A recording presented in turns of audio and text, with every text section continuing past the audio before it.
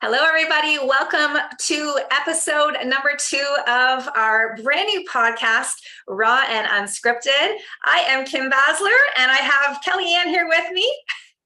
Hi, everyone. How are you today, Kellyanne? I'm great. I'm just trying to figure out how to get this to share. Kim, you know me with my tech. It's all right. It's all right. So just give us a second, everyone, because we are making these little changes on our end so that we are able to share this with our audiences. And this is also recorded and put on our YouTube channel. So we have all the things going on. How you doing, Kellyanne? I think I got it. Perfect. Thank you, everyone, for tuning in. We are excited. It is the 1st of November. The morning after Halloween, all the things, and we are really excited to get this episode number 2 underway. And today I get to have the privilege and the honor of asking Kellyanne questions. Kellyanne's going to share her story, some of her story, because Raw and Unscripted is all about us sharing parts of ourselves with you, opening up the conversations to help you maybe move through some of the things that are holding you back in your life, or help open your mind to the possibilities of what is there for you. Because I don't know about you, Kellyanne, but I just feel so, every day that I wake up, I don't take it for granted, right? Like every day is another day for me to live. And as cliche as we hear about that, I really do, I'm grateful for every morning that I wake up. I love that, Kim. And yeah, gratitude is such a big part of my life. And I think the reason, and we talked about this in the first episode, the reason why we're doing this and the reason why we are sharing our own stories is in the hopes that we help somebody. We help one person. That you hear something in our stories, and Kim will be sharing hers next week, that you can say, wow, it's not just me, or I'm not alone, or it gives you some hope or it helps you take the next step in your journey. That's why we share our stories. So, and we want you to get to know us. Connection is about sharing vulnerable things. And so over the next couple of weeks, including today, you're going to hear our vulnerable stories. And we think it's important that you are able to connect with us on that level. So great, Kellyanne. Thank you. Before we get started, I just want to have anybody that's tuning in live with us, or if you catch this back as a replay, go ahead and type in the chat where you're tuning in from. And we so appreciate you being here. And as well, because of what we are sharing and the purpose of this podcast, if you feel called to share it out to your audiences, we do very much appreciate it. And do stay engaged in the chat. We try to make these conversations and these podcast episodes not too long, so we won't necessarily be going into the comments throughout today's chat, but we will most certainly come in afterwards. So please write in questions, resonate with us, whatever is speaking to you there. So, all right, Kellyanne, ready to go? Yes. The other thing we want to share is that because of the content of my story, there may be, for some people, it may trigger something in you. So we just want you to make sure that you take care of yourself. And if this is an episode that you can't watch, then you do what's right for you. So that being said, I am the mom of 3 grown children, and I have a granddaughter who is 4 years old. I am currently a mindset and manifestation coach on the side, as well as a real estate agent. I have come to that in the last 8 years because I spent the first 25 years of my career as a teacher. I'm going to talk a little bit about that as we go. So I'm a retired teacher. I'm currently selling real estate and coaching. And I've learned through my human design that I am multi-passionate as a manifesting generator. And that is a gift that I used to think was a flaw about me. So true. So my story begins when I was 9 years old. I grew up in a Catholic family. We were practiced our faith. I went to a Catholic school. We went to church every Sunday. And when I was 9 years old, my parish priest began sexually abusing me. That abuse went on for about a year and a half. And as you can imagine, in a 9-year-old little girl knows nothing about that, anything to do with sexuality. And also, so not only was that confusion for me, but I believed, I had been taught that the priest was right up there next to God, that you didn't get any closer to God than the priest. So there was so much confusion for me that this was supposed to be a holy man. How could he ever do anything wrong? And I knew it felt wrong, but in the mind of a 9-year-old girl, I just couldn't make sense of any of that. And so that continued for about a year and a half. And he would invite my friend and I to go regularly to the church and to the rectory to help with different activities. And we kept going because he made us feel very special. I did not know at that time that he was a master pedophile. I would come to know that not that many years ago. So what happened is that continued.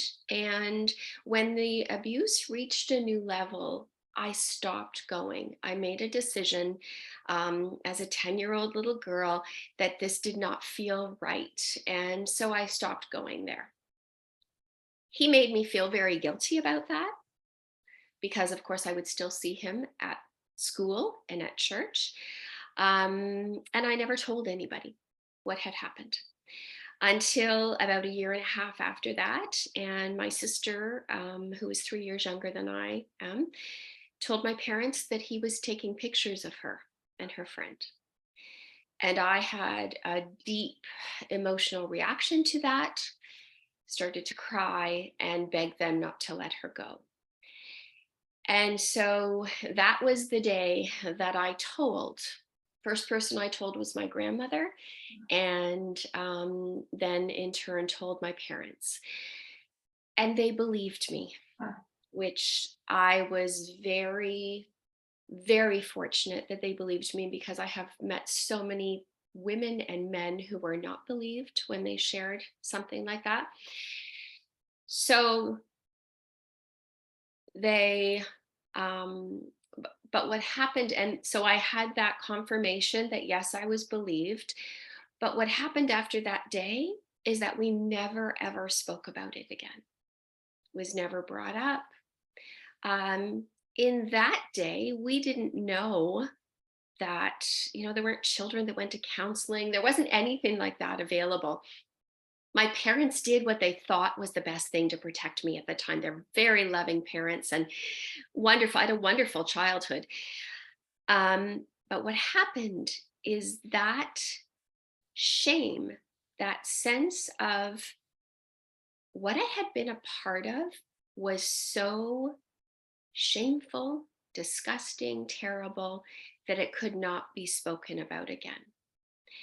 And that is the belief that I began to carry at 10 years old, 11 years old. I had no idea that that was the belief I carried. I've only recently, relatively recently, learned that. So what happened is that I thought that that was a part of my past. And I think, Kim, we have worked with enough people, know enough people, that we know the power of shame and what it can do to destroy people.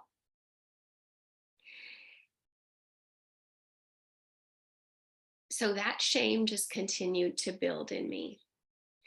And what I did is that, because I felt that I was not a good person, I had this belief that I was not a good person because of what had happened to me. I started becoming an overachiever. And I did all the things that made me look good on the outside. I got great marks. I did all the things to make everybody proud of me.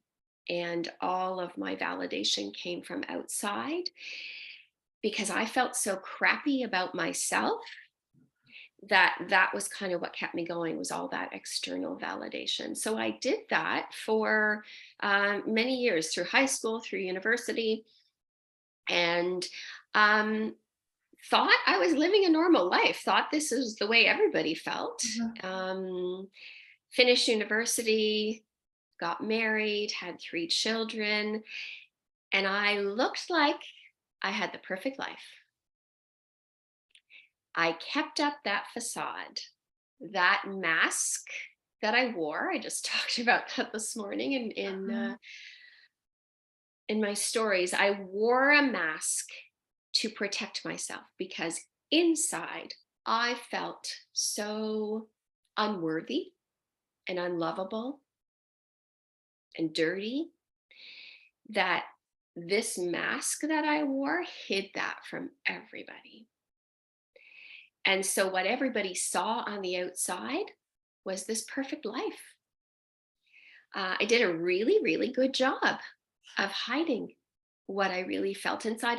And probably people who knew me at the time would never have guessed that I was hiding all this. So that worked pretty well for me for a while, until things started to show up. And what became my constant emotion, the only emotion that I ever felt, was anger. I had a deep anger inside me that reared its ugly head everywhere, in every relationship I had, even in my daily life. The way that I treated, people in the grocery store, the way that I treated my friends, certainly the way that I treated my husband. And that anger became who I was. I actually believed that that's just the person I was. I was an angry person. That's how I was born, and that's how I was going to be for the rest of my life. And that anger almost destroyed some really important relationships in my life. And about 15 years ago, that priest that had abused me, and that abuse that I thought had no impact on my life, came to the forefront again for me, because there was an article in the paper where a woman had come forward and was one of the victims of this priest, and was asking for anybody else who had been victimized to come forward. And wow, did that open the floodgates for me, because all of a sudden, all of these things that I had been pushing down and hiding, and they weren't a part of me, I thought, all of a sudden it was all right there in front of me. And I made a decision that I was going to speak out, and that I was going to come forward and share that I too had been one of those women. And what happened after that was that I became one of 47 women. And I'll tell you that there were probably hundreds more, because I spoke to many women who did not come forward. But those 47 women became the voices that convicted him of 47 counts of sexual abuse of a minor.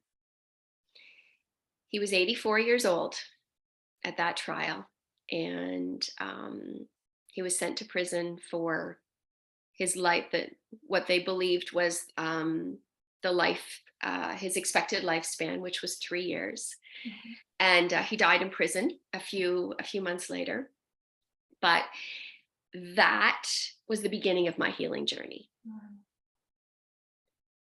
And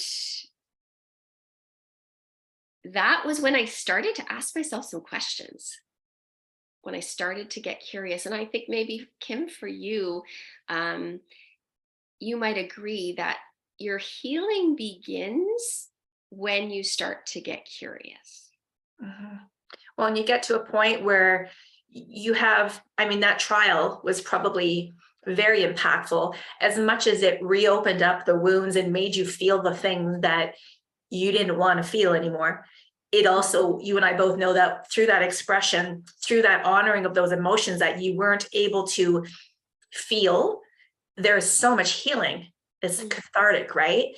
So being able to now see yourself from a different perspective, see the situation from a different perspective, it changes so many things, right?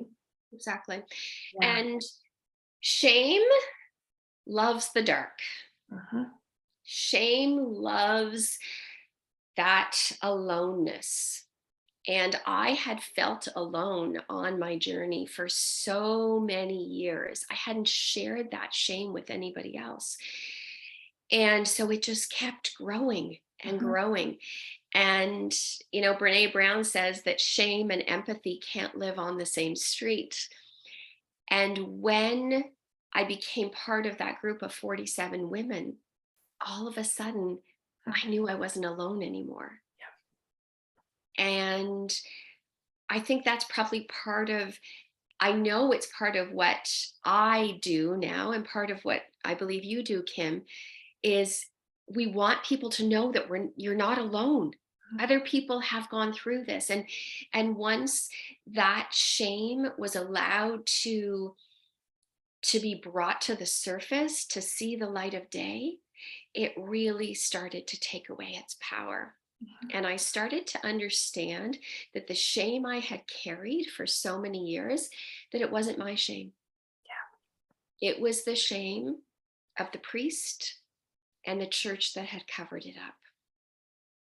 And once I was able to give that shame back to them, Mhm. that was the beginning of the healing for me. And I started to ask myself questions like, what has my past? How has my past impacted me? How has that trauma impacted me? And is this the woman that I'm really meant to be? The woman that I'm seeing today? Or is there something more for me? Were you able to ask yourself those questions before you did any self-development like that? Did you just have that knowing to ask yourself? Because those are very powerful questions, right? Those are speaking Right. questions. I had started into kind of my self-development journey about 20 years ago. So probably about maybe 3 years before Mhm. the court case came up. So I think that I was just starting to cultivate that kind of awareness because I wasn't happy. Yeah. My life looked great, but I wasn't happy. Mhm. And I didn't like me. And I knew I started to just crave, like, how can I find some joy in my life? Can I, how can I start to let go of some of this anger? How can I start to be present in my life? Because I was not present at all. And because that the only emotion that I really felt was anger, that did not allow me to feel any other emotions. And that's the piece around it, right? Like I want everyone to know that. We want everyone to know that when you are avoiding certain emotions, numbing them, pushing them down, avoiding them in any ways that you're doing it, you're also now blocking all of the other emotions. You can't pick and choose what you feel. If you're choosing to numb, you're going to numb it all, right? And here you are in a marriage, children by this point, I would expect, yeah. Yep, And yep. you're not able to love with your full heart when you're carrying that shame. Exactly. There was a part of me that was broken. Mhm.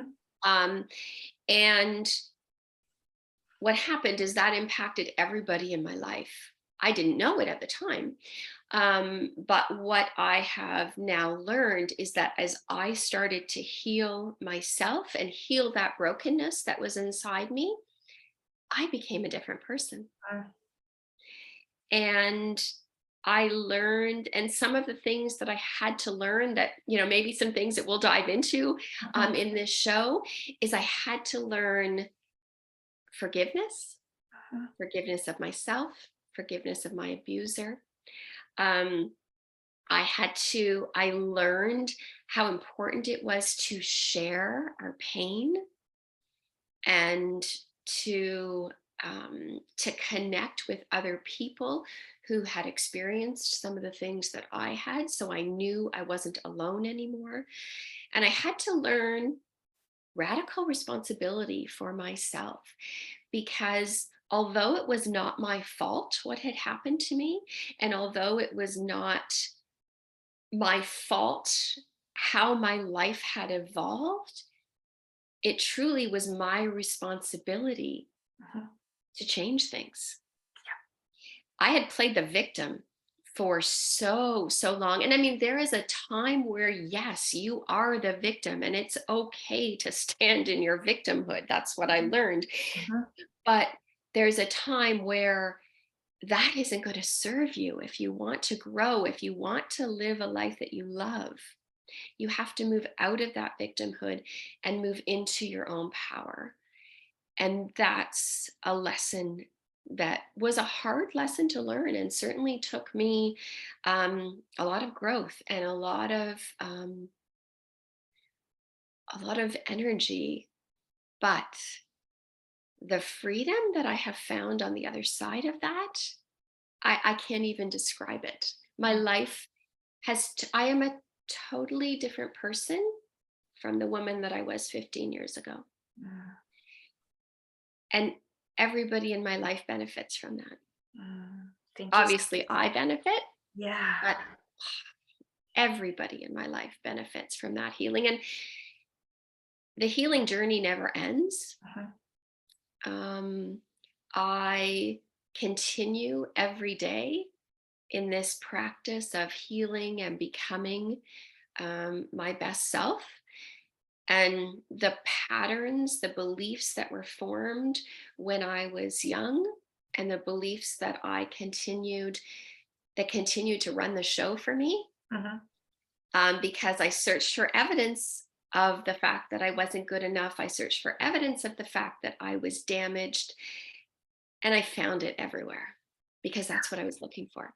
And that's what we want everyone to understand is the mind will seek what the mind wants to believe. Yeah. So, you lay down all the years, Kellyanne, that you lived with that shame story. I mean, that's a lot of years. That's a lot of deep rooted patterning that's happening in the brain that, yes, is deep rooted, but is changeable. Exactly. That's what's so beautiful about the brain, just so that everybody knows, is the brain, we used to believe the brain was fixed, the brain was the way it is for the rest of your life, but we know that that's not the case anymore, and that we can change those thoughts. So yeah, go ahead, Kellyanne. I was just going to say that the the programming, those beliefs that was a part of me that ran the show for me, I came to realize it was all lies. Mm. These were lies that I believed about myself, and they were not put there by me. And so when I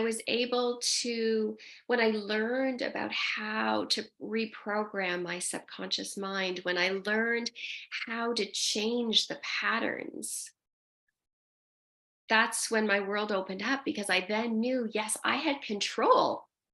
I could control. I could change the ending to the story. It didn't matter what had happened in the past. And that's something else that I feel so strongly about sharing with people. It doesn't matter where you are right now. It doesn't matter what happened in your past. It has nothing to do with the person that you can become. And I have proved that to myself.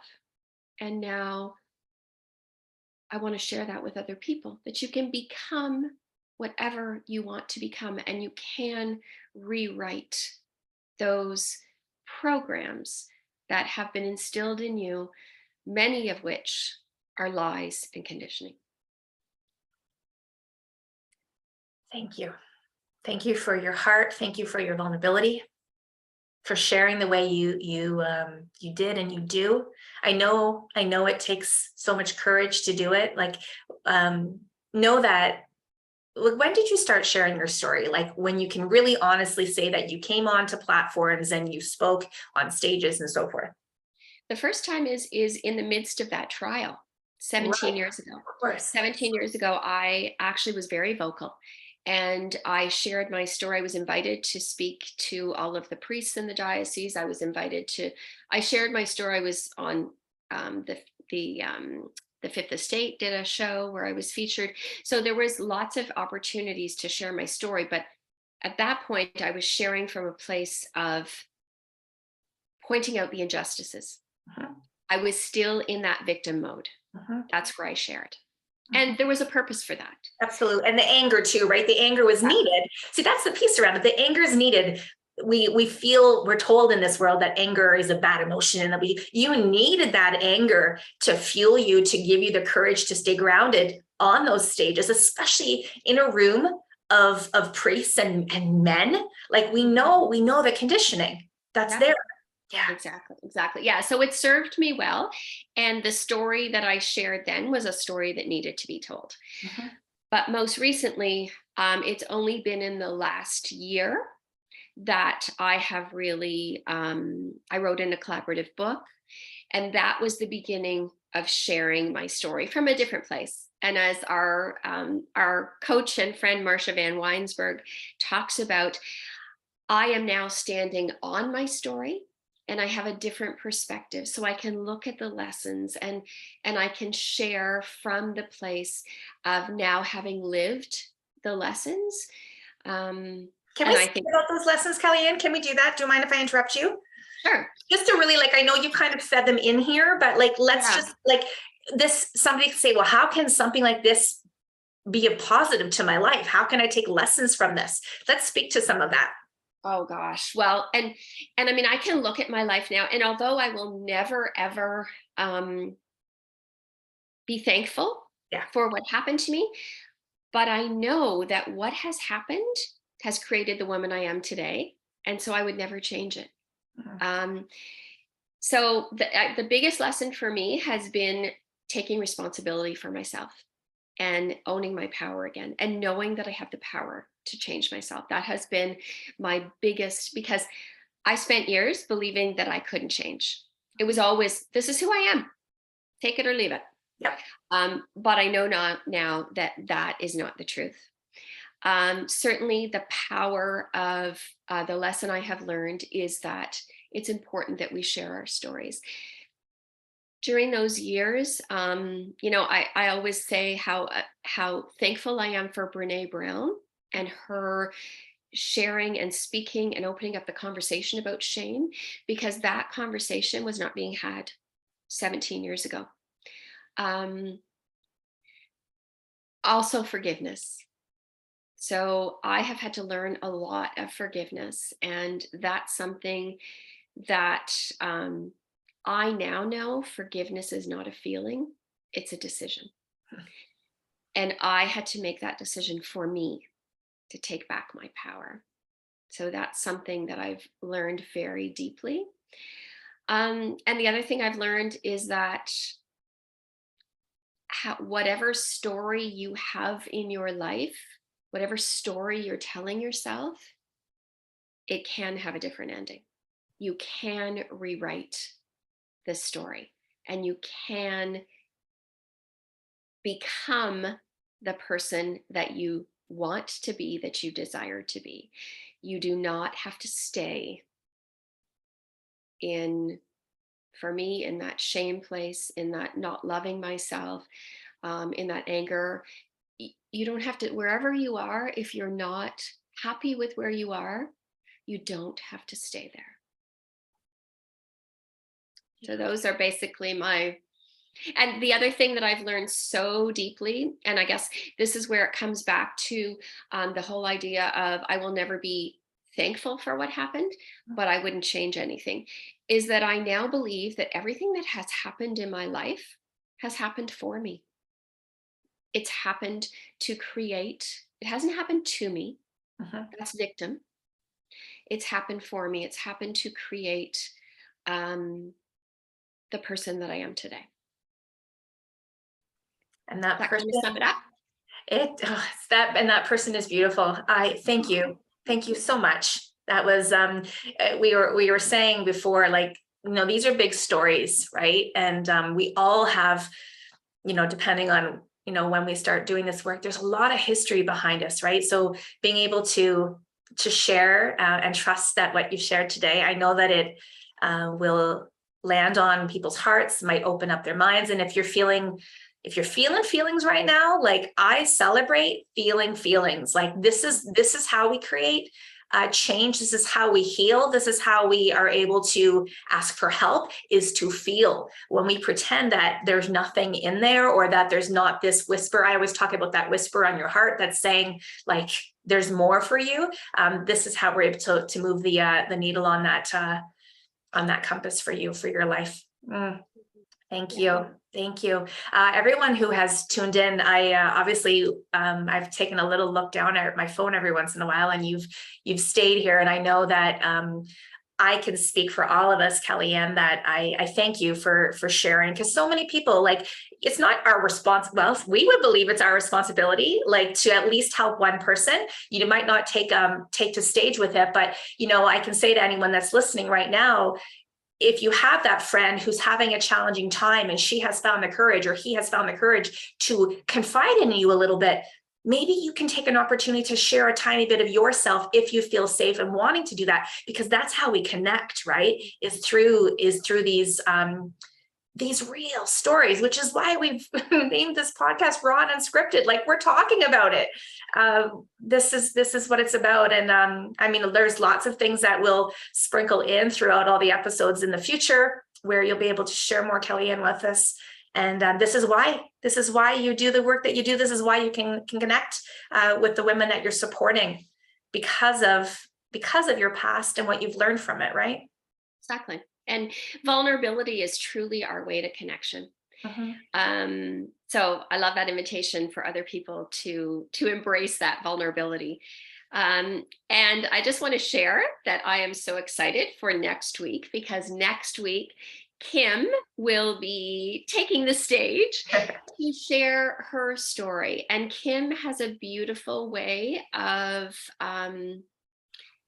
I have heard her share in different, kind of different events, and she has a beautiful way of connecting her story with others. So I know that you are going to really deeply appreciate what she is going to share next week. So don't miss that. It's going to be amazing. Amazing. Thanks, Kellyanne, for that. I look forward to it.